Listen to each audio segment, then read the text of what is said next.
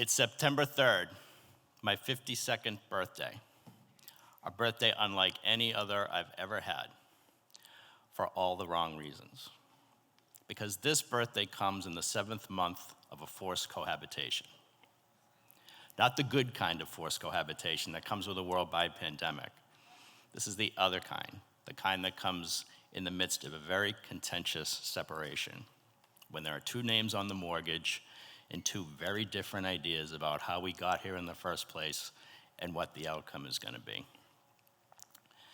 But tonight, the house is mine. It's just me and my girls. Ellie is 13 and Maggie is 12. And being their father is the privilege of my life.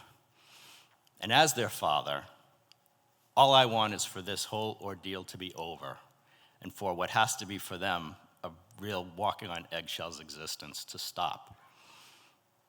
But the fact of it stopping also has my stomach in knots, because along with that also goes the very good possibility that my time with them is going to be cut in half permanently, and there's not a thing I can do about it. So I'm really appreciating and cherishing these nights with them more than I ever did before, if that's even possible. After dinner, we're three across on the sofa. Maggie's on the far end with a pint of Ben & Jerry's cookies and milk. Ellie's there with a pint of Ben & Jerry's half-baked, and I have the remote in my hand. And the conversation comes around to birthdays and to the famous people who share our birthdays. And I have to remind them the members of the September 3rd Bad Boys Club. That's Charlie Sheen, Whitey Bulger, the Boston Strangler, and me. And then the conversation comes to people we've met who share our birthdays. And I say, well, I have three: a friend of Nana and Grampy's, a kid I knew at my first job, and a girl I met in college. What about you, Ellie? And she said, well, there's Mr. Limberg, who is our neighbor in Minnesota, and my friend Tiana's cousin. What about you, Maggie? And without looking up from her ice cream, she very nonchalantly says, just some old guy I met in a hot tub. It's okay.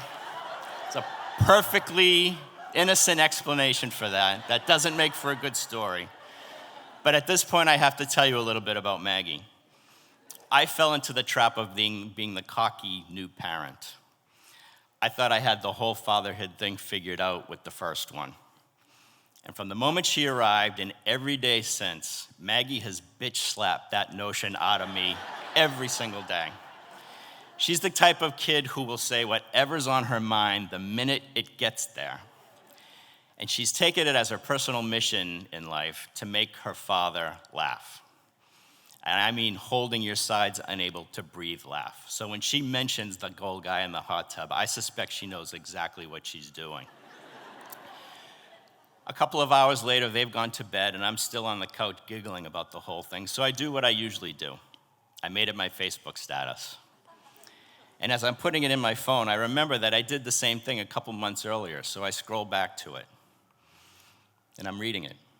Today, Maggie has her first school dance, and I ask her if she needs her dress ironed. Probably, I'll bring it down after breakfast. Dad, do you know how to iron? Maggie, no, but maybe I should learn because I'm probably going to marry a guy who's too lazy to iron his own clothes. I can't help myself. I go back further, a couple months prior to that. Tonight, Maggie has given me her criteria for what she's going to look for in a husband. Well, he's got to have a good job, like a beekeeper. But don't worry, Dad, I'm not going to call pest control and say, send me the hottest guy you have. I can't help myself. I go back further, a year prior to that. Tonight, Guy Fieri posed this question on Worst Cooks in America. Name a game a family can play that doesn't involve a board. A board. Mom yells, charades. Dad yells, hide and go seek. Maggie from the kitchen, who licked me?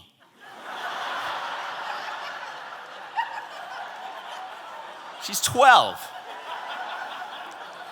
I go all the way back to the first one she ever did when she was 6 years old, and I have a huge smile on my face.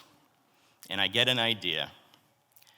In 5 weeks and a lot of long nights in my computer later, a package arrives at the house addressed to my daughters from Shutterfly. And in that package is the first and to date only copy of the Big Book of Maggie Propisms. Unless I be accused of playing favorites, a bonus section in the back of alliterations. 24 pages of pure happiness that make me understand that no matter what what shit sandwiches life feeds you, there is something you can do about it.